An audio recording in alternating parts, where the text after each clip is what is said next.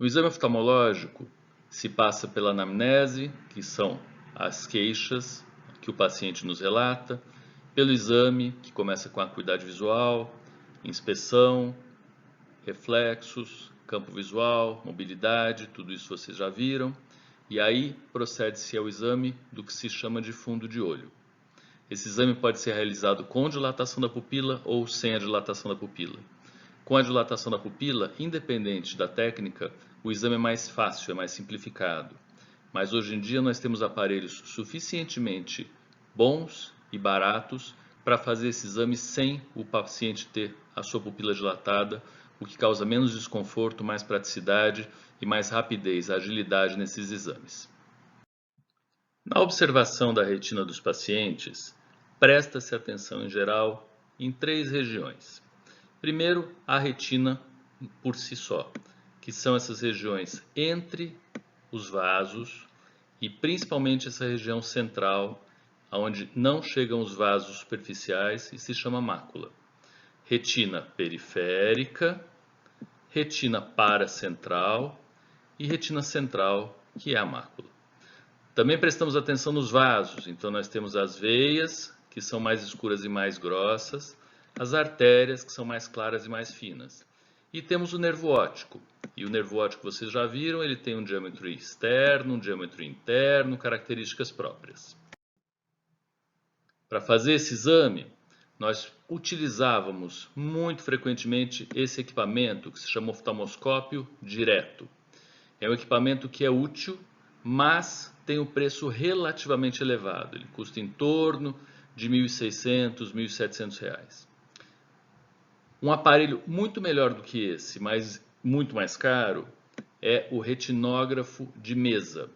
E mesa, porque ele está apoiado numa mesa, e muito mais caro do que esse. Ele custa por volta de R$ 100.000. Qual a vantagem dele? Ele grava os exames, ele permite filmes. Hoje em dia, nós temos várias opções de retinógrafos portáteis. E aqui está uma delas. Então, nós temos um aparelho celular, que é o computador e a câmera, ligado a uma ótica e que produz esse tipo de visualização. E após isso, nós temos uma imagem da retina com uma definição suficientemente boa para que seja possível o diagnóstico. Esse aparelho é muito mais barato do que o retinógrafo de mesa e é muito mais útil do que o retinógrafo portátil. No futuro, provavelmente, os exames serão feitos com esse tipo de equipamento, talvez não por oftalmologistas, mas é muito importante que os oftalmologistas e que os clínicos consigam enxergar, diagnosticar e entender o resultado desses exames. Não necessariamente a técnica, mas sim qual é o resultado final dessa imagem que vai servir para que nós façamos os diagnósticos, ou pelo menos as hipóteses diagnósticas. Essa é uma retina completamente normal. Então nós temos a região da mácula, a retina entre as arcadas, as artérias, as veias e o nervo óptico. Tudo normal. Nesse nível de complexidade, qualquer coisa que fuja a essa normalidade tem que chamar nossa atenção. E um pouquinho por aí que a gente vai. Vamos tentar olhar o que parece ser normal, que combina com essa retina, o que não tem a mínima cara de normalidade não combina com essa retina, tá bom? Alguns artefatos que não combinam com a normalidade. Então nós temos aqui uma área escura, uma área onde não foi iluminada a retina, ou porque teve alguma sombra, ou porque realmente existiu uma angulação diferente. Aqui outros artefatos que fazem com que a mácula fique muito mais escura, ou essa periferia mais verde. Isso são artefatos do exame. Como é que vocês sabem que é artefato? Bom, em geral, porque não existem essas lesões nos quadros naturais. Ah, mas eu não conheço todas as lesões. As dicas que tem artefato são essas lesões extremamente escuras ou mesmo esses reflexos extremamente claros. E isso é importante que vocês saibam que não são lesões. Como é que a gente pode tentar resolver isso? Tirando uma segunda fotografia, se vocês estiverem usando aqueles aparelhos que nós dissemos que são os retinógrafos portáteis. Alguns exemplos de anormalidades, e aqui nós vamos começar a mostrar inúmeras fotos e falar um pouquinho de cada uma delas. E vamos começar por alguma coisa bem atual, que é a cloroquina. Então, cloroquina pode fazer mal para a mácula? Pode se depositar na mácula? Pode causar uma maculopatia irreversível? Pode. Só que isso acontece depois de muito tempo de uso. Quanto? 5 anos. Com doses usuais. Em doses maiores, isso é mais precoce. E o que nós observamos aqui? Bom, observamos exatamente naquela região central, que eu falei que é a mácula, em todas as fotos, uma imagem pouquíssimo usual. Não é essa imagem que a gente viu nas outras fotos. Então a mácula aqui está impregnada com cloroquina. E ao primeiro sinal disso, a cloroquina deve ser suspensa. Existem exames mais precisos do que esse que mostram para a gente se está existindo impregnação macular com cloroquina. E é importante que a gente faça esses exames nos pacientes depois do segundo ano de uso. Eu vou seguir um roteiro que nós propusemos nesse livro, que são os Guias de Medicina Ambulatorial e Hospitalar da Unifesp, onde existem fluxogramas. E eu vou seguir um fluxograma que vai nos levar para quase todos os quadros importantes. E vou desviar uma hora, outra hora, para que a gente consiga entrar em assuntos que são da nossa alçada, falando de retina e vítreo. O fluxograma que eu vou seguir tem a ver com diminuição da acuidade visual, que pode ser dividida em monocular ou binocular. A monocular com pupilas normais ou com defeito pupilar aferente. A binocular, que melhora com orifício estenopeico ou não. A que tem pupila normal, dividida em embaçamento súbito ou lento. A que não melhora com orifício estenopeico, embaçamento lento ou embaçamento súbito. Então nós vamos seguir esses ramos para tentar colocar vários exemplos e fisiopatologias das doenças de retina e vítreo. Vamos passar um pouquinho por nervo óptico, mas não vamos parar. Um pouco por refração também não vamos parar. Começando então, diminuição da acuidade visual monocular com pupila normal e embaçamento súbito. Um olho, pupila normal, embaçamento súbito. Um dos diagnósticos importantes é o buraco macular. E buraco macular é uma separação da retina neurosensorial, em geral por membranas na superfície da retina. Então, o que nós vemos aqui? Nós vemos aquela região central, onde os vasos não chegam, com uma forma relativamente heterogênea. Não é um tecido regular, com uma cor só, um pouco mais escura do que o tecido que o rodeia, mas sim uma forma bastante delimitada, bastante demarcada, quase duramente demarcada, a gente consegue passar esse contorno em torno dela.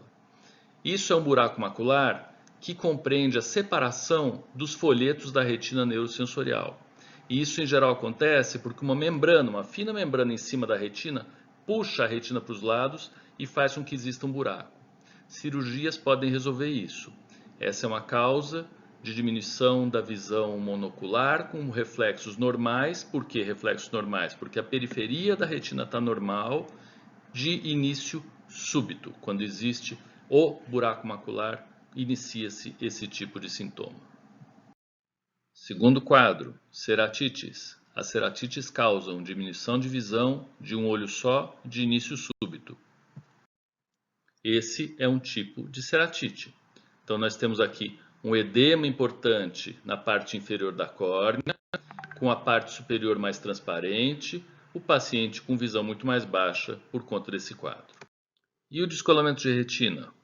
Quadro importantíssimo, tudo a ver com a aula da gente, demanda uma avaliação e um planejamento cirúrgico com urgência, porque clinicamente ele é muito difícil de ser tratado. Esse é um exemplo típico de descolamento de retina. O que nós podemos ver aqui? Muito bom. Nós vemos uma área onde existem vasos e os vasos estão longe da região onde eles deveriam estar. Então tem vários vasos aqui como se estivessem flutuando dentro do olho e eles estão pregados nessa membrana branca que é exatamente a retina descolada desta outra região. Então nós temos a retina totalmente descolada do fundo do olho, como se tivesse um celofane descolado e engurvinhado com os vasos todos na superfície da retina. Esse é um descolamento de retina típico, grande, com mau prognóstico. Provavelmente o paciente esperou muito tempo até procurar o serviço oftalmológico tendo esse tipo de quadro. Também cursando com descolamento de retina e agora um diagnóstico muito específico, retinoblastoma. Retinoblastoma é um tumor de criança extremamente grave porque ele pode acometer o sistema nervoso central e levar a óbito. Ele é inicialmente suspeito com o tal do teste do olhinho, onde na maternidade ilumina-se a criança com oftalmoscópio direto, binocularmente, e percebe-se que o brilho de um dos olhos é diferente do brilho do outro olho. Isso pode chamar a atenção do pediatra ou de quem fez o exame, e aí faz-se um exame mais detalhado e observa-se que a pupila é branca. Pode não ser tão branca assim, mas razoavelmente mais branca, menos vermelha do que do olho contralateral. Em casos mais avançados, pode-se começar a enxergar os vasos nessa área branca. Vocês lembram do slide anterior que o descolamento de retina trazia os vasos mais perto da pupila? É isso. Dentro do olho, lesões elevadas, brancas, próximas do nervo óptico, por isso a invasão de nervo, ou muito grandes, já invadindo o nervo óptico. E aqui nesse caso, uma invasão de sistema nervoso central a partir desse olho esquerdo da criança. Então são lesões importantes, esses pacientes precisam ser examinados, tratados e encaminhados com rapidez. Essa é uma das razões de se examinar o paciente, as crianças, ao nascimento ou no máximo até 1 ano e meio de vida. Um quadro que vai nos remeter a descolamento, mas não tem a ver com descolamento de retina, é o descolamento do humor vítreo. Esse é um termo genérico. O que na verdade descola é o vítreo posterior, que também é genérico. O que de verdade descola é uma membrana que se chama membrana hialoide posterior, que é uma membrana que circunda o humor vítreo, eu estou desenhando ela aqui, e essa membrana, depois de uma liquefação intravítrea, aonde a gelatina vítrea, depois de um tempo, fica líquida e escapa, essa membrana acaba se colapsando, colabando, indo para dentro do olho e formando, aí sim, algumas regiões que são irregulares e que podem fazer sombra na retina. De qualquer jeito, se existir um descolamento completo da membrana hialoide em relação à retina, não tem problema nenhum. A retina está aqui no lugar dela e essa região que eu estou desenhando agora nunca mais vai descolar. Então essa retina está até protegida pelo descolamento do vítreo. Mas se existir algum ponto de aderência, problema. Vamos ver um pouco para frente. Então esse é o vítreo liquefeito. O vítreo liquefeito faz com que exista então um engruveamento dessa membrana, que aqui está bem desenhada, e que fica cheia de dobras. Vocês veem as dobras todas aqui dessa membrana? Ela era muito esticadinha quando a gente nasceu. Depois o vítreo começa a liquefazer e a membrana de novo. Ela engruvinha e fica cheia de dobra. Aqui está de novo uma ilustração exatamente dessa membrana. Então a membrana está aqui, a retina fica fora. Isso ainda não é um descolamento de retina, isso é um descolamento da hialoide, ou seja, do humor vítreo. Problema: se existir um descolamento parcial dessa hialoide, ainda com alguma adesão, essa adesão pode criar uma tração e aí sim a gente vai descolar a retina. Então existiu inicialmente um descolamento do humor vítreo com uma dobradura dessa membrana, e eu estou insistindo muito nisso por conta desses desenhinhos aqui, ó.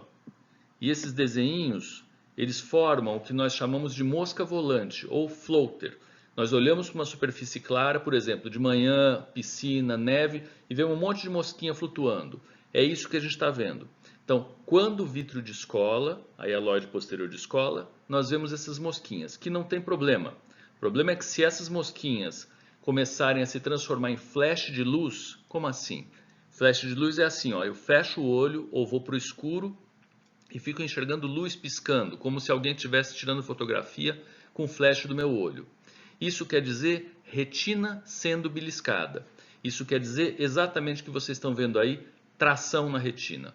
Isso sim pode ser um sinal precoce que a retina vai descolar. E aqui a retina já descolou. Então nós temos aqui uma ruptura de retina provocada pelo descolamento da hialoide, com uma introdução de líquido. Aquele mesmo líquido que estava liquefeito vai atrás da retina e vai descolando. Então nós temos aqui na fotografia real embaixo uma ruptura de retina com aquela mesma fotografia que vocês viram no começo, toda a membrana com os vasos na sua superfície.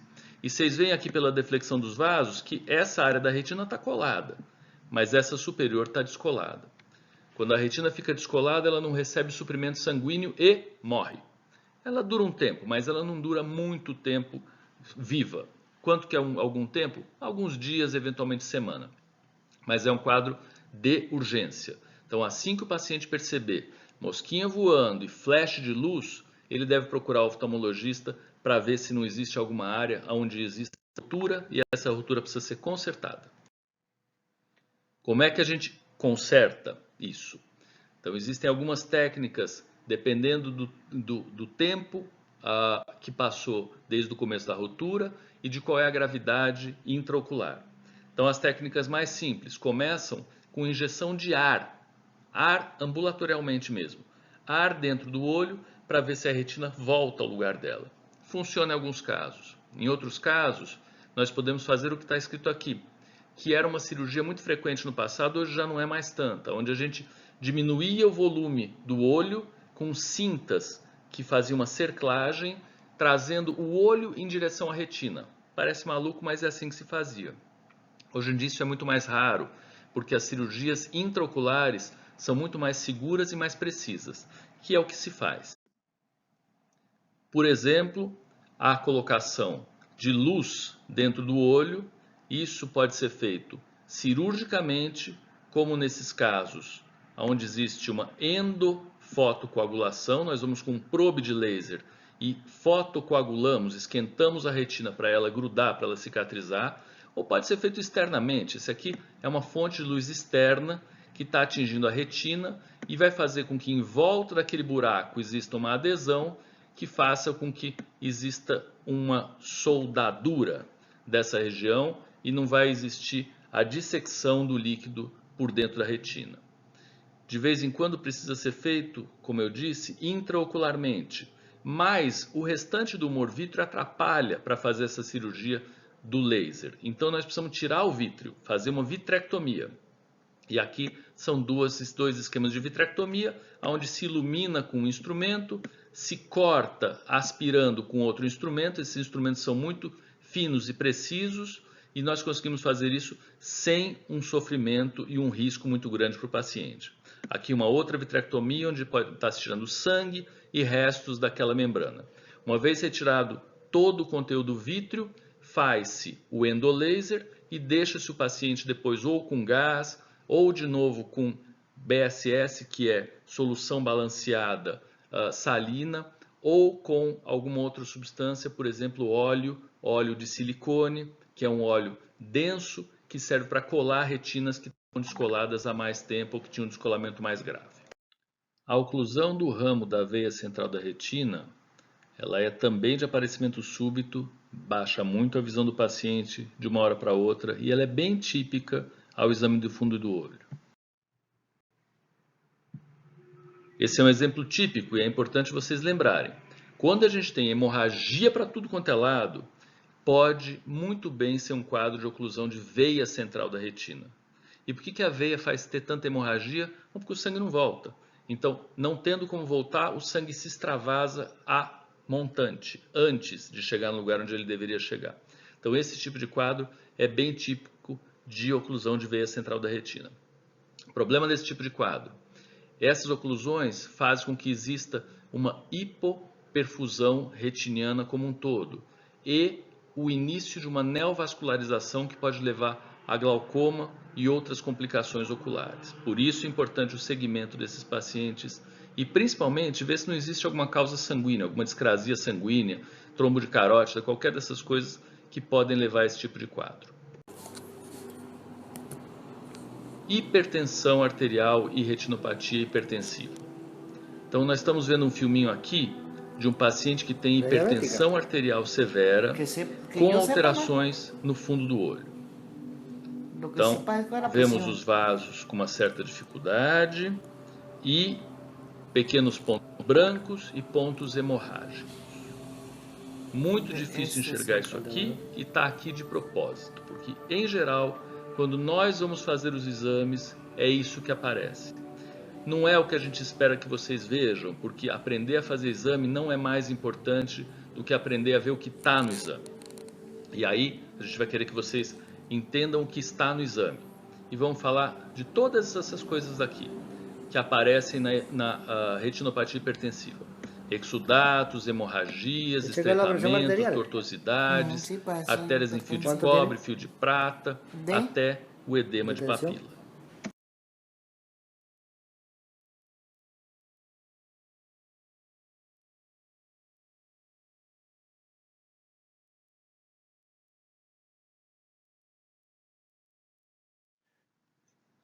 15% dos pacientes hipertensos têm retinopatia hipertensiva. E o valor preditivo para o diagnóstico da hipertensão através do fundo de olho é extremamente baixo. E isso faz com que os clínicos hoje em dia não peçam mais tanto exame de fundo de olho quanto pediam antigamente. Hoje em dia existem exames bioquímicos, outros exames de sinais biológicos que mostram o paciente com estágio mais avançado de hipertensão do que o fundo de olho. Mas o exame de fundo de olho ele foi estudado durante muito tempo e ele tem uma correlação boa com a gravidade, principalmente com a duração da retinopatia hipertensiva. Tudo isso tem a ver, lógico, com o estado das artérias e veias. Na hipertensão, nós temos uma esclerose, uma arteriosclerose, um depósito de placa tanto intraluminal, dentro dos vasos, como na íntima dos vasos. E isso faz uma disfunção importante, os vasos ficam menos elásticos, eles acabam tendo um comportamento menos efetivo em relação a entregar oxigênio para onde eles precisam entregar, fazem mais infartos por conta disso. Então nós temos manifestações agudas e crônicas da hipertensão.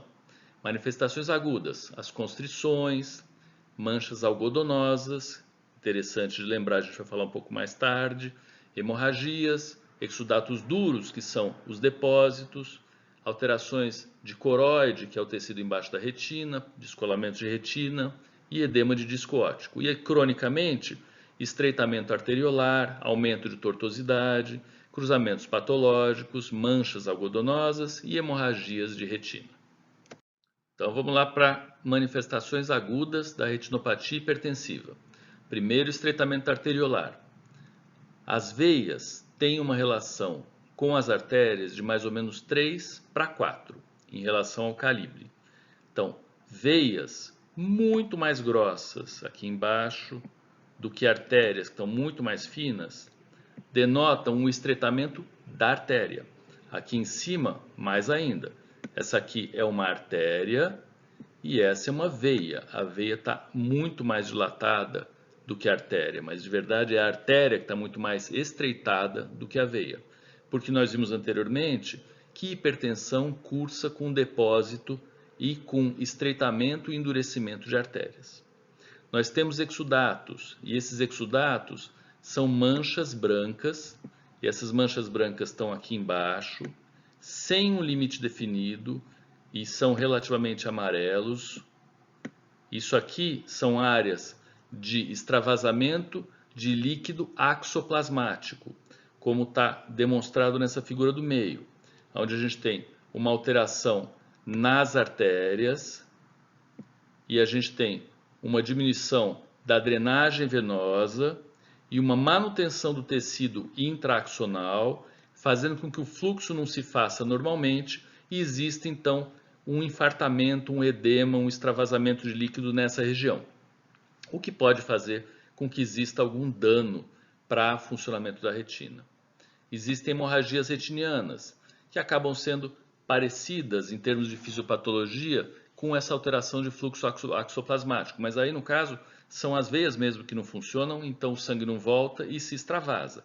E aí a gente tem aqui embaixo inúmeras hemorragias, hemorragias maiores, hemorragias menores, de qualquer jeito essas hemorragias são relativamente características de retinopatia da hipertensão. Agudamente, nós podemos ter exudatos duros e edema de disco. Exudato duro é isso aqui. Então aqui embaixo a gente tem uma área aí muito mais branca, amarelada, quase que brilhante, e que é de depósito. E a gente vê o limite muito mais fino do que a gente via antes. Antes o limite era muito mais difuso, aqui o limite é muito mais marcado. Isso porque são esses depósitos que a gente vê aqui num corte histológico da retina em vivo, e esse exame se chama OCT, tomografia de coerência óptica, que mostra exatamente o local desses depósitos. Se a hipertensão for aguda, importante, a gente pode até ter edema de disco. Então, existe aqui uma perda do limite do disco por um processo parecido com o dos exudatos algodonosos, mas em torno do nervo óptico como um todo. É interessante lembrar que papiledema não é edema de disco. Esquisito, né? Pois é. Então, edema de disco é isso aqui que é causado pela hipertensão como manifestação aguda. Mas o papiledema, ele é causado pela hipertensão intracraniana, aonde todo o líquido cefalorraquidiano vem andando pela dura mater e o nervo óptico ele é circundado por uma extensão da dura mater, então todo o líquido acaba indo em direção ao nervo óptico e bilateralmente existe um papiledema. Fisiopatologias diferentes, causas diferentes, mas nós enxergamos no fundo do olho, na região do nervo óptico, um edema do próprio nervo óptico. Manifestações crônicas. Então nós temos estreitamentos, que nós já falamos, que nós também vemos os outros, e tortuosidades. Isso vai acontecendo ao longo do tempo. Então estreitamento, de novo, está lá a artéria, está lá a veia. Tortuosidade, olha esses vasos daqui como eles são tortuosos em relação ao retilíneo que eles deveriam ser. Cruzamento patológico, isso se ouve falar muito. O que é isso? Bom, quando a artéria cruza com a veia, eles deveriam se cruzar num ângulo relativamente obtuso. Quando esse ângulo é muito agudo, nós temos um cruzamento patológico. Por exemplo, aqui o ângulo é muito retificado em relação ao que ele deveria ser. Parece que um vaso que estava assim roda. Então ele estava desse jeito e ele passa a ficar desse jeito, teoricamente porque ele vai buscar um suprimento sanguíneo embaixo, onde ele não estava sendo mascarado pelo vaso de cima. Ninguém sabe direito se é essa a fisiopatologia, mas os cruzamentos patológicos, eles denotam uma alteração da hipertensão. Aumento de reflexo dorsal de vasos, e aí talvez vocês tenham ouvido falar em fio de cobre, fio de prata, e essas coisas todas que as pessoas gostam dos nomes, mas de qualquer jeito, isso aqui embaixo nós estamos vendo, e aqui um outro vaso também quase fantasma, que é um vaso com um aumento enorme do reflexo dorsal por conta de todo o depósito que a gente tem de lípide nesse tipo de vaso, secundário à hipertensão, mesma coisa que acontece nos vasos do resto do corpo todo. Existem inúmeras classificações para isso, e antigamente, como eu falei, quando se pedia muito mais fundo de olho, existia um apoio maior da oftalmologia em nefrologia, em cardio, em clínica geral, existia uma obsessão quase por decorar essa classificação de Kate Wagner Baker. E existe KW1, KW2, 3 e 4, e é mais ou menos aquilo que eu já falei para vocês. Então, diminui o calibre do vaso, as artérias ficam em fio de prata, tem hemorragia, depois tem edema de papila, mas tem um monte de classificação. Então tem uma outra aí de Jerome Gans, onde tem fundo de olho sem alteração, depois aterosclerose, isso são as alterações ateroscleróticas que existem no corpo todo e no olho também, e as hipertensivas, que vão de espasmos, sinais de hemorragia, até edema de papila. Lembrar então, edema de papila não é papiledema, tá? Tratamento. Não tem tratamento oftalmológico específico, só das complicações, mas a gente pode usar anti-VEGF, que são drogas que impedem a proliferação vascular. Então, como eu já falei no começo, quando existe infarto, a gente tem, em geral, uma resposta que é de produção de neovasos em áreas infartadas. Esses neovasos, em geral, sangram. Esse sangramento pode se organizar, pode formar fibrose, essa fibrose pode puxar a retina e descolar a retina. Então, anti-VEGF é uma droga interessante para colocar dentro do olho. corticoide também ocular pode ser utilizado para isso. Muito bom. Depois de todas essas causas aí de baixa visão monocular com reflexo normal, buraco, ceratite, descolamento e oclusão, a gente vai falar de toxoplasmose. Doença bastante prevalente no nosso meio, que pode vir com uma inflamação aguda, que é o que a gente vai falar agora, ou ser só vista como uma cicatriz crônica com baixa de visão, achada por acaso em um dos olhos. E está lá a nossa lesão. Uma lesão branca, em geral acompanhando algo marcada, mas de verdade ela é na retina inacoroide, uma retinocoroidite, que faz com que todo o humor vítreo fique opaco. A gente não consegue enxergar direito o fundo de olho desse paciente, do mesmo jeito que ele não consegue enxergar direito fora, por isso a baixa de visão súbita. Que nem eu falei, esses quadros são quadros que são iniciais, mas é muito frequente achar uma lesão cicatricial e uma lesão satélite ativa, como essas que estão aqui, mais frequente do que essas lesões iniciais. Então, passamos por esse caminho do embaçamento súbito, vamos agora falar do embaçamento lento, monocular, com pupila normal, que causa diminuição da acuidade visual. E aí, primeiro, catarata, já falei que a gente não vai parar muito nisso, que pode e deve ser corrigido ótica e cirurgicamente quando o paciente tiver sintomas. Tá lá catarata, bonitinha, lembrar que isso é relativamente crônico, os reflexos estão normais porque a luz entra no olho. Coroidopatia serosa central, também conhecida como serosa central.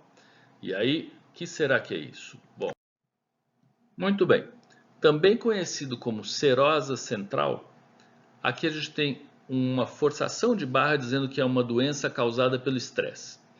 Em geral, os pacientes são, sim, de meia idade e estão submetidos a um estresse importante e vêm com uma perda de visão que a gente consegue enxergar mal na oftalmoscopia direta. Então, olhando essa região da mácula, parece que ela está um pouco estranha, mas quando a gente faz o tal do OCT, a gente vê um descolamento real da retina e do epitélio pigmentar, que é esse inferior, em relação à região neurosensorial, onde estão as células mesmo. E esse paciente fica com uma visão muito baixa. Ah, mas a retina morre desse jeito, né? Pois é, com esses descolamentos pequenos e não sendo um descolamento total, a retina não morre. Se o paciente voltar a ter uma aposição dessas duas estruturas, ele volta a enxergar bem. Como é que a gente trata isso? Tempo, em geral, ajuda bastante e alguma coisa de anti-inflamatório não hormonal, em alguns casos, funciona. Eventualmente, anti-inflamatório intraocular funciona também. A gente vai agora ilustrar uma doença bastante importante, prevalente, porque a população está envelhecendo mais, que é a degeneração macular relacionada à idade. Ela aqui está listada como uma doença de aparecimento lento, e realmente, se existir uma forma que é exudativa, lentamente progressiva, ela é de aparecimento lento, bilateral, sempre heterogênea de um olho em relação ao outro. Existe tratamento para essa forma exudativa ou úmida, que são as medicações intravítreas, como nós vamos ver adiante. Essas então são as imagens das degenerações maculares relacionadas à idade da forma úmida. Forma úmida porque existe um extravasamento de líquido dos vasos no tecido neuroretiniano. E esse extravasamento de líquido se vê bastante bem por essa imagem aqui superior direita, onde a gente vê algumas linhazinhas que são exatamente edemas seguindo a linha das fibras nervosas. Aonde existe edema, existe um bom prognóstico. O sangue, ele acaba aparecendo nas duas formas e ele não é muito relacionado ao edema, mas existindo extravasamento de líquido, que é relacionado aos neovasos, isso pode ser tratado com fator antineovasogênico, os anti-VEGFs. A gente tem aqui embaixo um OCT mostrando exatamente o líquido embaixo da retina e depois do tratamento a ausência desse líquido. Essas formas são importantes de serem diagnosticadas e principalmente diferenciadas das formas secas, que a gente vai ver mais lá para frente, que infelizmente ainda não tem tratamento. E os edemas cistoides? São edemas de mácula que em geral vêm secundariamente a intervenções, cirurgias, também respondem à medicação. Aqui a gente tem algumas fotos de edema cistoide. Então nós estamos vendo o cisto aqui e vemos alguma coisa esquisita na mácula, tanto de um jeito como de outro. Esse segundo aqui é com uma angiofluorescenografia, injeta-se contraste e observa-se as regiões que foram iluminadas depois do contraste. Esse quadro é relativamente frequente ou aparece em geral depois de cirurgias intraoculares, um edema cistoide de mácula. Isso também se trata com o tempo e com anti-inflamatório não hormonal tende a ter um resultado razoável, um prognóstico bom. E vamos acabar os embaçamentos lentos monoculares pela retinopatia diabética, que é bastante importante, que requer encaminhamento e controle metabólico, e a gente vai entrar em alguns detalhes dela. Então nós temos aqui uma retina de um diabético, onde existem pequenas alterações, mas que vocês vão prestar atenção. Então a gente tem aqui algumas hemorragias espalhadas, temos aqui um pouco de exudato, e vocês lembram lá que os exudatos podem ser duros ou algodonosos, esses parecem ser misturados, alguma coisa de exudato duro ou algodonoso, esse caso não é muito dramático. E essa retinopatia pode ser classificada muito provavelmente como retinopatia não proliferativa. Vamos fazer essa distinção também? Proliferativa significa neovaso, pior. Não proliferativa sem neovaso, prognóstico melhor. Então, retinopatia diabética não proliferativa. Diabetes mellitus, ela acomete mais ou menos 1/4 dos pacientes, a retinopatia diabética.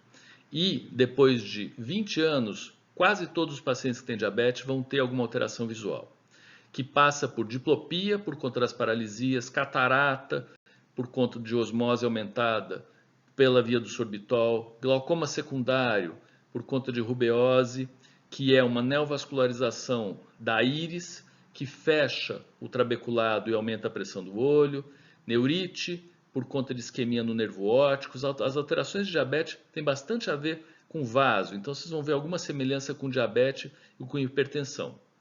Hemorragias, microaneurismas, exudatos duros e moles na retina. Então aí a gente tem retinopatia diabética com todas as alterações retinianas, com catarata e com glaucoma. Legal lembrar isso, importante lembrar isso para os pacientes de vocês. Edema macular, que é uma das alterações bastante importantes da diabetes.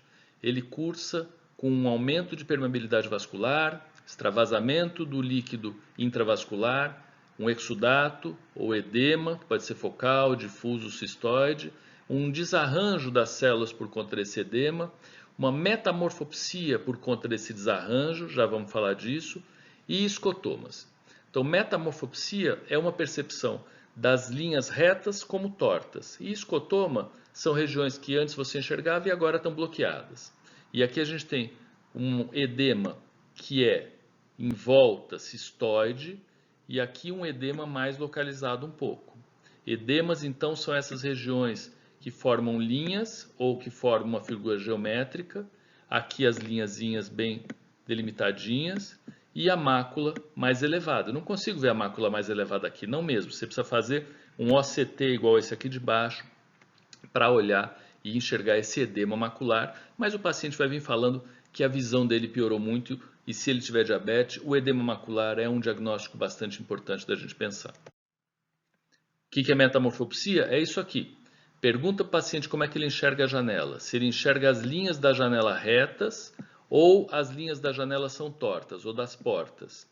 E a gente pode seguir isso ao longo do tempo, dando para ele um exame que se chama grade de Amsler. Então se imprime esse tipo de figura, pede para ele olhar no centro da figura e desenhar como é que é a deformação das linhas que ele enxerga. E vai desenhando isso ao longo do tempo e trazendo para a gente. A gente pode ver com isso se o edema piorou, melhorou ou está igual. É um tipo de segmento que o paciente mesmo faz em casa, deixa ele em geral um pouco mais tranquilo e o médico com um pouco mais de ferramenta para poder seguir o caso.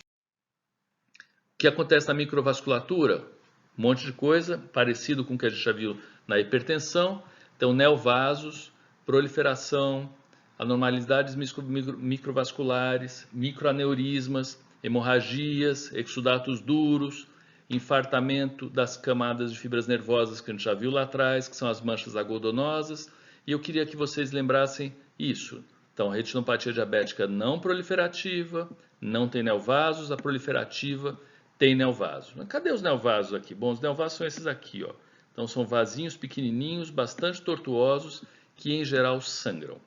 Por que eu preciso saber de uma coisa ou de outra? Porque na proliferativa vocês vão fazer laser, vocês vão tratar. A não proliferativa, se tiver num estágio avançado, vocês também vão tratar, mas dá para observar um pouco mais. Diagnóstico da retinopatia diabética. Inicialmente por retinografia, que é mais sensível olhando-se a imagem registrada do que olhando a imagem ao vivo. Edema macular, já falamos, bastante importante e clinicamente significante. Olhar se está existindo extravasamento com injeção de contraste. A histologia em vivo, que a gente está chamando de tomografia de coerência óptica, ou o contrário, né?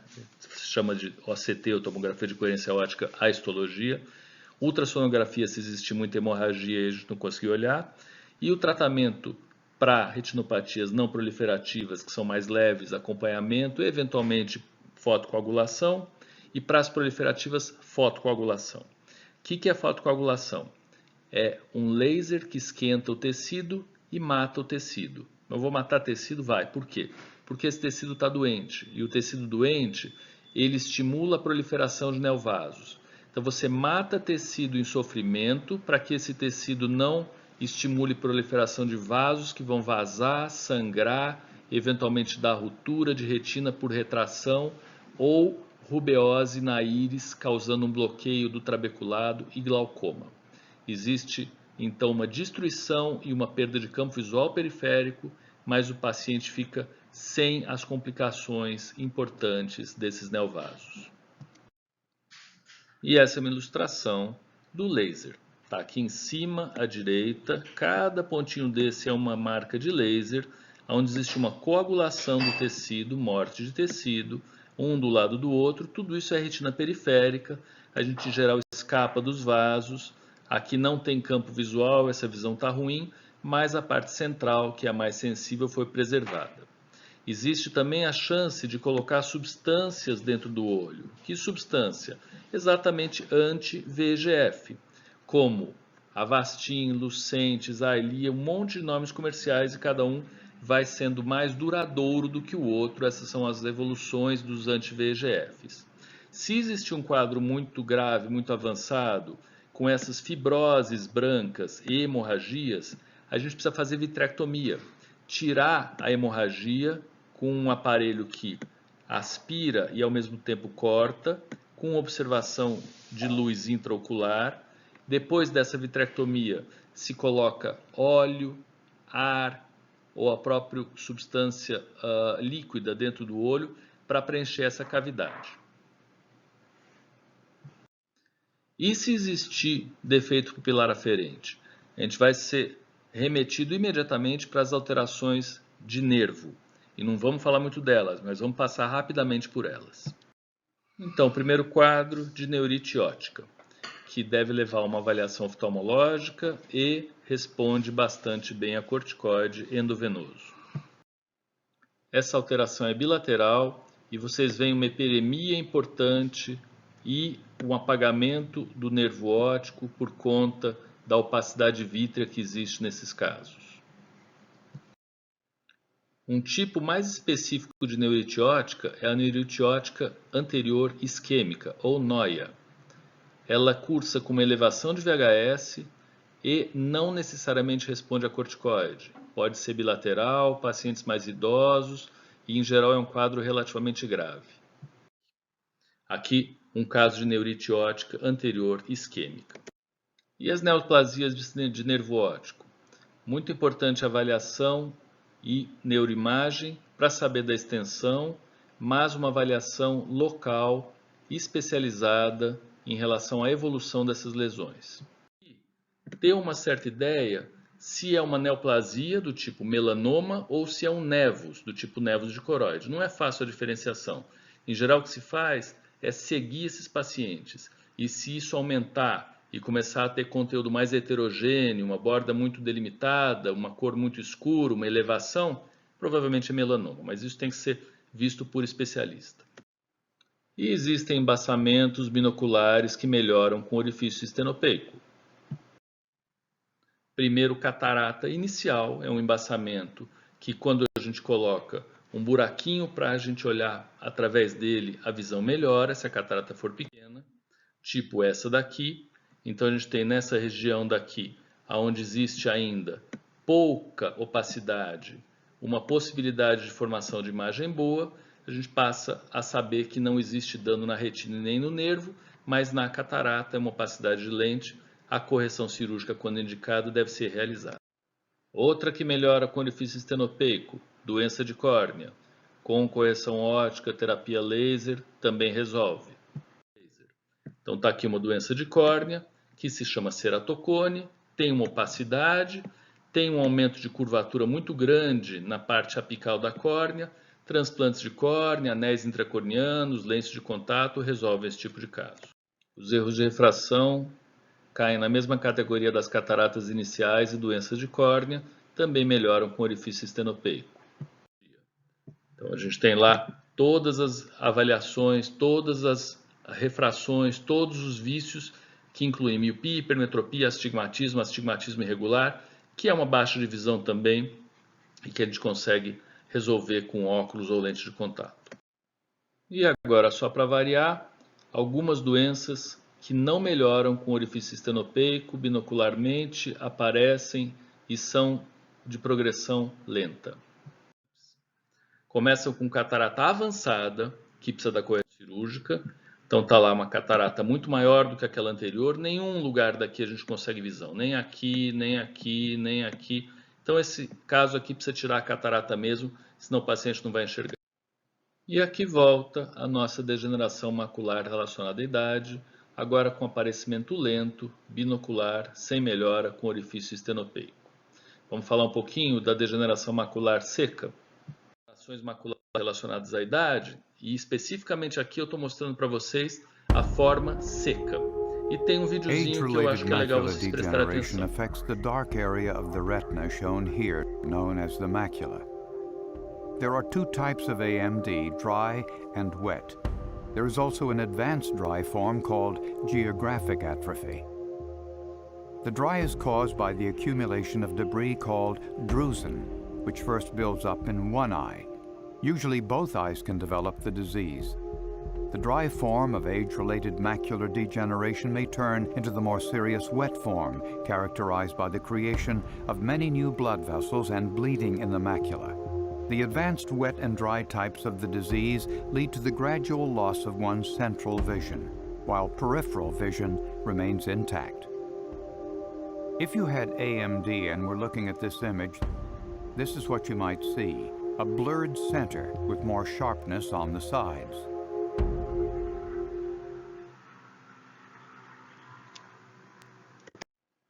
Outra alteração binocular lenta é o glaucoma. E aqui a gente tem um caso bastante clássico de aumento da escavação, que é essa área que eu estou circundando aqui, em relação ao tamanho do nervo óptico como um todo, perda de visão periférica, aumento de pressão e aí vai. E outra alteração bilateral relacionada ao nervo óptico, glaucoma também é, mas essa especificamente do nervo, que pode vir junto com algum acometimento de sistema nervoso central, de quiasma, algum processo expansivo, demandando avaliação neurológica. E a avaliação neurológica é importante para saber se não tem alguma coisa sistêmica, como, de novo, neurosífilis e aí vai. E chegando no fim do nosso fluxograma, a gente tem diminuição de acuidade visual binocular, que não melhora com o estenopeico e que tem início súbito. Por exemplo, o AVC isquêmico, que demanda uma avaliação neurológica e por imagem. E por imagem, está lá a área de AVC, a gente tem o quadro clínico extremamente clássico de AVC, todos vocês já sabem, com afasia, com alterações motoras, com alterações sensitivas, e a tomografia pode apresentar esse tipo de lesão. E uma causa pouco pensada, que são as ceratites, que podem ser bilaterais e que não melhoram com estenopeico. Demandam avaliação oftalmológica, tratamento tópico, investigação. Vocês vão ver à frente um exemplo. Investigação. Por exemplo, se o paciente está soldando, chega no pronto-socorro às 4 horas da manhã, com o olho ardendo, lacrimejando, com perda de visão. E aí vocês olham esse olho muito vermelho, colocam fluoresceína e enxergam o epitélio da córnea totalmente destruído. Esse é uma ceratite, provavelmente por solda elétrica, uma ceratite fotoelétrica bilateral, com tratamento. No dia seguinte o paciente está melhor, ele precisa voltar a soldar com máscara de proteção. Finalizando, nós temos a enxaqueca, que aproxima os oftalmologistas dos neurologistas, em geral quando o quadro é de enxaqueca com alterações visuais do tipo aura, ou alterações de cor ou de brilho das luzes. A diferenciação dos processos nem sempre é fácil. A anamnese é muito importante e alguns fatores que vêm junto, como tensão, recorrência do quadro, melhora com esse ou aquele medicamento. Lembrar que enxaqueca ainda se acha que tem a ver com dilatação dos vasos, e aí sim, dependendo do território onde isso acontecer, existe a dor ou eventualmente o sintoma visual.